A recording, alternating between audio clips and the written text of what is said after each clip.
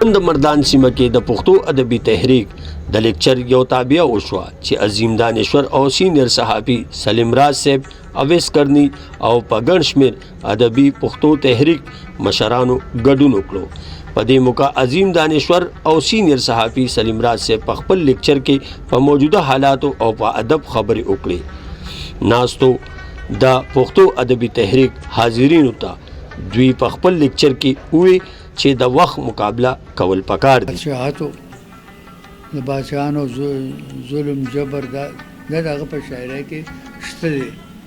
بیا هغه وخت سره چې کوم دی جاګیردارانه سماجو هلته د خانانو د نوابانو چې کوم ژوند هغه یو شان د غریبانو خلکو بل شان بیا د هغې د استحصال طریقې د زور ظلم طریقې هغه بل شان. د قلم په ذریعه موږ له نوي کول د ادب د ټولنې ته رابلل پکار دي.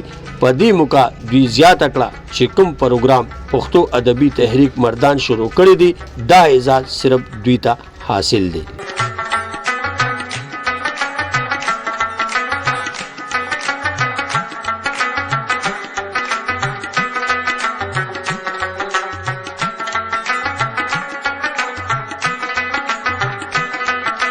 ګرانو کتونکو تاسو ولیدل دا سلیم راز صاحب دی خبرې چې دا یو ادبي سکالر یو لوی شاعر او یو لوی صحافي هم دی.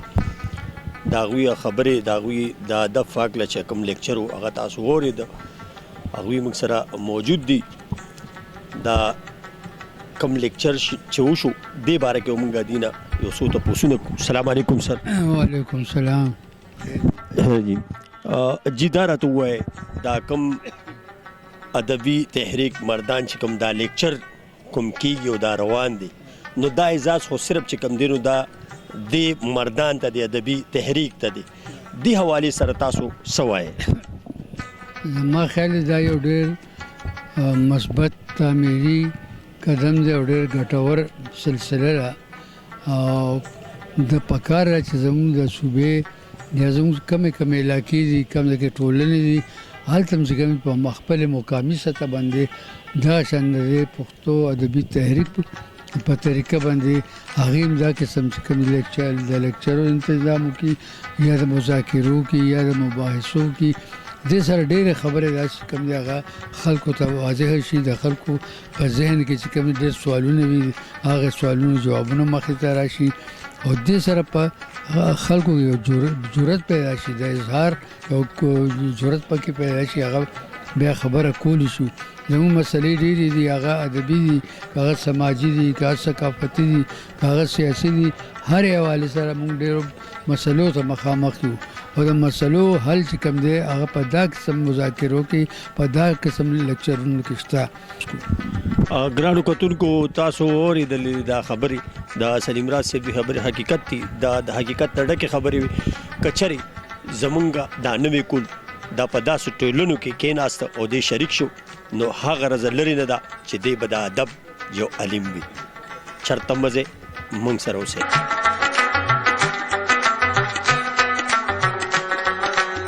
جی تاسو ګورئ موږ سره بل خوږ درون مشر اویس کرنی صاحب چې کوم دی نو موجود دی. دا هم د دې لیکچر حصه وه. تاسو ولیدل دوی هم ډېرې ښکلې خبرې وکړې. تاسو زموږ په دې سکرین باندې وینئ د ادبي تحریک چې کوم دی دې حوالې سره بعدي نه موږ یو څو تپوسونه کوو. السلام علیکم جی. وعلیکم السلام. دا خو جی ډېره یو قابل تحسین خبره خراج تحسین پیش کوو چې سلیم راز صاحب ته چې داسې یو لیکچر چې د ادب نه ډک دا څونه ضروري دي زموږ د معاشرې ته؟ سلیم راز صاحب زموږ ډېر قدرمند مشر دی او همیشه چې هغوی سره موږ بیټکونه شوي دي ملاقاتونه شوي دي نو کان نجي محفلونه او که هغې کې یو د اجتماع په صورت کې وو هغې نه موږ رڼا اخیستې ده. نن د هغې لیکچر زما دپاره حیران کن و. هغې وجه دا وه چې هغې نن د روایت سره کومې تړلې مسلې دي هغه په یو داسې خوندور انداز کې مخې ته راوستې چې د دې نه مخکې ما چېرته کې د هغې د شخصیت دغه روح نو لیدلې او دغه یعنې یو داسې انداز یې خپل کړ چې هغې کې د فن په دنیا کې چې کوم شاعري زمونږ روایت دی د هغې کې څه مسلمات وو هغې باندې ضرب هم ولګېدو. خو بهرحال یو یعنې زړه خوشحالونکي صورتحال و. زمونږ ژوند که موږ وګورو نو تېر شل 25 کاله کې د ژوند مرحلې، د ژوند منزلونه، د ژوند لارې ډېر ګامونه پورته کړي او ډېر بدل شوي دي. زمونږ ځوانان، زمونږ زلمي، زمونږ زنانه، زمونږ مالدار، غریب او رهنما، راهزن، کسان، مزدور او حاکم او محکوم ټول د خپلې معنی بدلې کړي دي او د یعنی ډېر څه که موږ وګورو نو د خپل چې کوم د دې د روایت کوم عیسی او اوسه پورې موږ د هغې کوم تشکیل شوی و د هغې لفظونو په باب له که موږ ووایو نو اوس هغې د هغې رنګونه اوس بدل دي. شکریہ جی. دا اویس کردي صاحب دی خبرې جی تاسو اورې دي، حقیقت دی چې دوی واضح کړه او سلیم راز صاحب دا واضح کړه چې کوم نوجوان کل نو هغوی له پکار دي چې داسې ټولنو کې ناست وکړي او د داسې مشرانو نه زده کړه وکړي.